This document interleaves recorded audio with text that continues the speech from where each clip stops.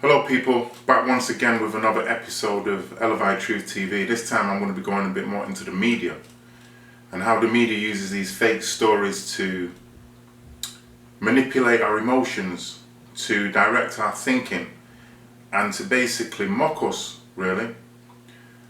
I guess a lot of you will remember this news story concerning the Mr. Danny Baker. Let's go in and have a look.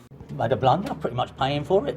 As journalists gathered on his doorstep, Danny Baker was forced to defend himself against accusations of racism. Otherwise, you've got to believe that after 40 years in this racket, I decided to tear off the whiskers and reveal myself as, you know, a far-right loon with grotesque imagery. And I'm aware of the trope down the years of course, monkeys and race. But to suggest that I went with that anyway is absurd and grotesque, and you'd have to have a diseased mind. This is the tweet that many felt was racist. A couple holding hands with a chimpanzee, captioned, "Royal baby leaves hospital." It came on the same day the Duke and Duchess of Sussex showed off their newborn baby. The radio DJ soon deleted the post and apologised. But the BBC wasted no time in sacking him from his weekly 5 Live show, saying Danny made a serious error of judgment on social media last night and it goes against the values we live and breathe on this radio station. I think it's a bit Weasley, the BBC chucked us under a bus, giving credence to the more vampiric stories that are swirling about. But can you understand why this has caused controversy? Yeah, I didn't know which of our royal princesses had given birth. I didn't. Is ignorance really an excuse? Yes, of course, if you're ignorant of it. But what point were you trying to make? About class. Author Afua Hirsch has just written a book about race and identity in Britain.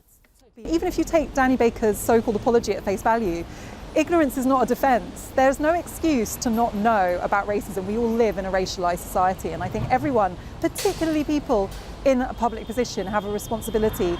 Some might find it astonishing that a national broadcaster like Danny Baker didn't even know that the royal baby born this week was Harry and Meghan's, and that he was therefore completely oblivious to any racist interpretation. The first thing I want you to look at here is the fact that they've wheeled out somebody who's just written a book for a start. And the presenter at the end is talking about him being oblivious to the fact that Harry and Meghan have had this baby. Now, they've been pushing this whole baby thing for I don't know how long. So anybody working within the BBC knew about Harry and Meghan's baby. But I want you to look at this for a second, this image. Journalists gathered on his doorstep. Danny Baker was forced to defend himself against accusations. This is a stage scene. The journalists have turned up and this has been orchestrated so that they'll take a picture or film the journalist being there. It looks as if it's real, but it's not. And people need to see the difference between a real scene and a staged scene. And let's look at the demeanour of this man, Danny Baker. Let's just look at him after he's done this news report and he's so-called most probably upset the royal family, and so many millions, so-called millions of people are now upset over this race row. Does this look like a man who is anyway bothered about this situation? The man isn't bothered at all. In fact, he looks like he's having a laugh, and he is, he's duping the people. And I want you to zero in on what Mr. Danny Baker's wearing on his head. It's called a fez. And on the fez is an inverted pentagram. So the inverted pentagram that Mr. Baker's wearing on his head represents the 2 points projecting upwards is a symbol of evil and attracts sinister forces because it overturns the proper order of things and demonstrates the triumph over matter, over the spirit. Some people know this as the blasphemers. And I'm going to go deeper into the blasphemer in other videos because it pervades all areas of modern culture. And we see people throwing the signs similar to the signs that Danny Baker's throwing. But let me take you back into the fez, which is a Freemasonic hat. The Shriners would wear this hat. And I want to show you some other symbols of Mr. Baker wearing the fez. And I'd like you to ask yourself, who is Mr. Baker's master? Who does he worship?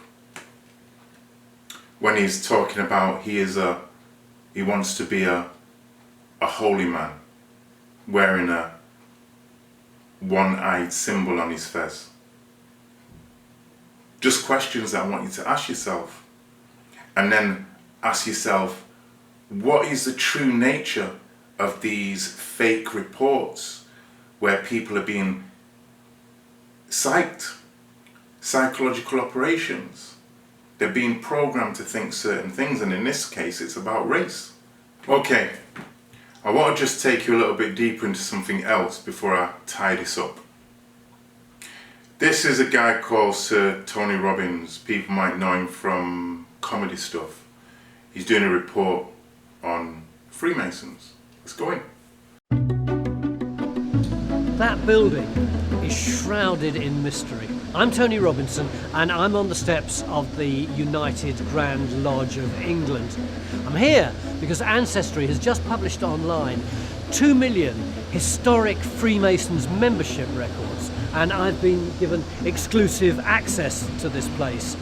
My job is to try to uncover some of the secrets behind this fascinating organisation, which, who knows, some of your ancestors may well have joined.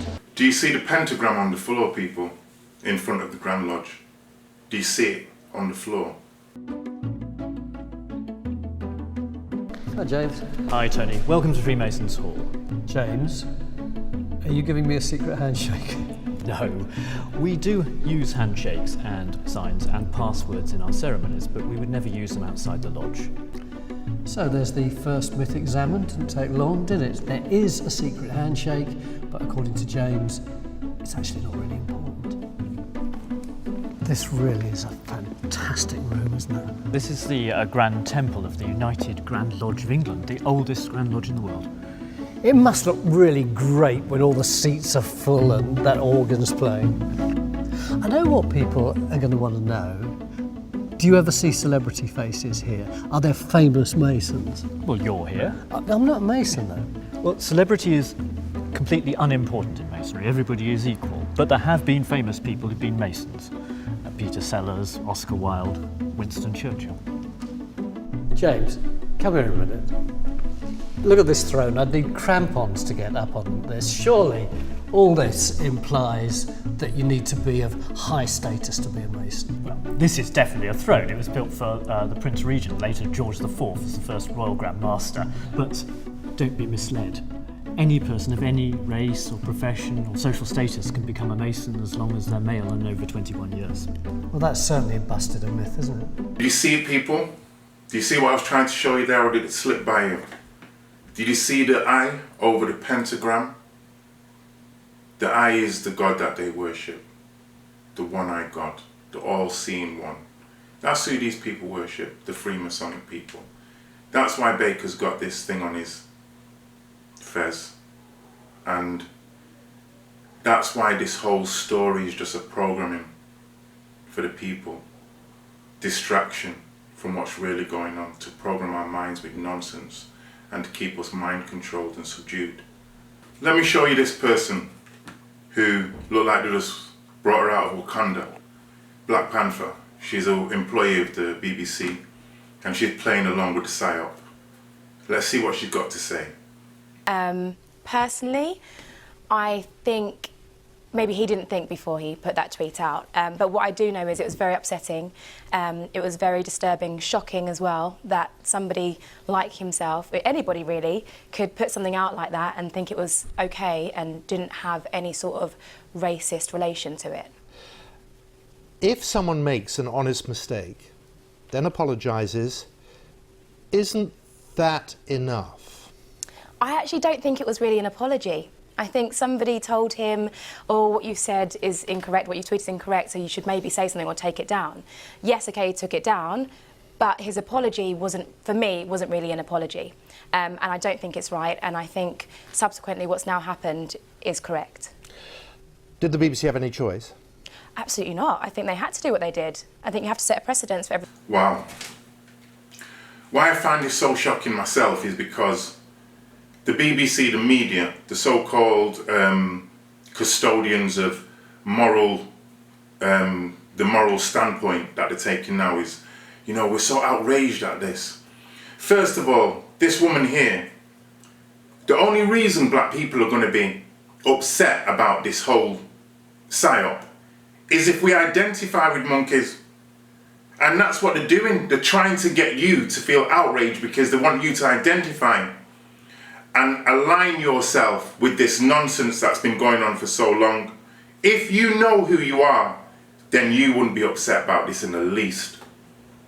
But they want us to be programmed with the degrading feeling of being less than human.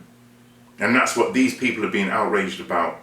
Shrug this stuff off, because this has got nothing to do with us as a people.